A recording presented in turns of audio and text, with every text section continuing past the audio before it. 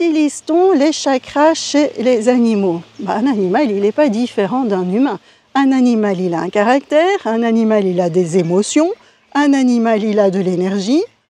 Comme un humain, un animal, c'est une vraie centrale énergétique parce qu'il doit produire de l'énergie pour bouger, pour manger, pour faire tout ce qu'il doit faire, pour réfléchir. Il y a des animaux qui réfléchissent aussi, quand même. Il y a des animaux qui ont un niveau de conscience beaucoup plus élevé que d'autres. Je ne parle pas du moustique, et ne me dites pas que je n'aime pas les moustiques, ce n'est pas vrai.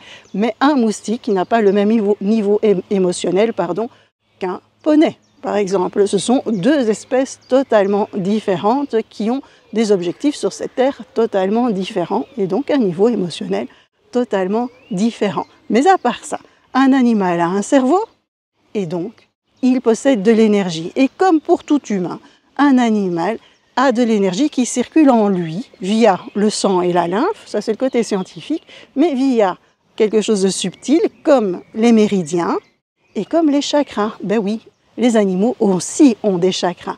Et c'est la même chose que pour nous, les chakras comme les méridiens peuvent mal fonctionner, ce qui peut apporter des problèmes physiques ou même émotionnels ou un petit mal-être à l'animal. Donc travailler sur les chakras, les méridiens, sur les corps énergétiques des animaux est très très très important. C'est pour ça que moi j'utilise la radiesthésie pour faire tout ça et que je regarde en télépathie animale si un soin énergétique est important.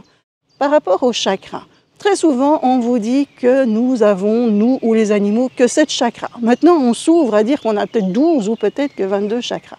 Moi je vais vous dire ce que j'en pense. Vous avez des milliards de cellules. Donc ce sont des milliards de cellules qui produisent de l'énergie.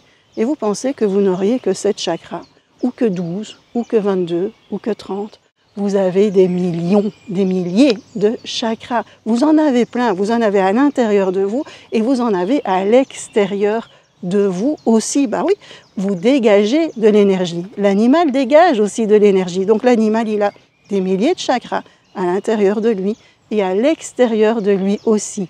Et un chakra qui est déséquilibré peut faire des problèmes physiques ou émotionnels ou même un mal-être à l'animal.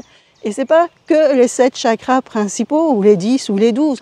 Non, il se peut que votre chakra ou que le chakra 482 de l'animal produise beaucoup de déséquilibre au niveau des chakras et on va s'évertuer à s'occuper des 7 chakras principaux et le soin qu'on aura fait ne tiendra pas tout simplement parce que le chakra 482, on ne s'en occupe pas.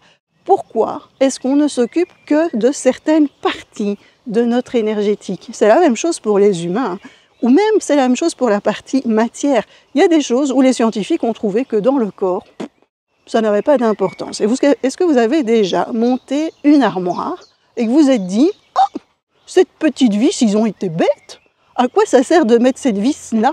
Moi, je ne vais pas la mettre. » Eh bien, quand on fait ça, je suis sûre qu'on est pas mal à l'avoir fait, on remarque que monter son meuble est compliqué. Si le corps physique a créé des milliards de cellules, c'est qu'il y a une raison.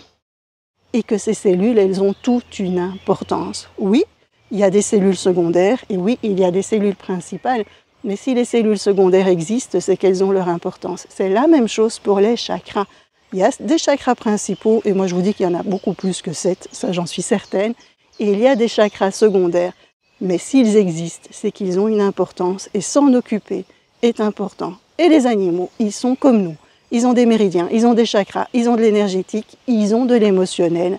Et donc, travailler sur leurs énergies est très très très important. C'est pour ça que moi, je ne dissocie absolument pas télépathie d'énergétique parce que pour moi, la télépathie, c'est de l'énergétique. Et voilà, je vous souhaite une belle journée.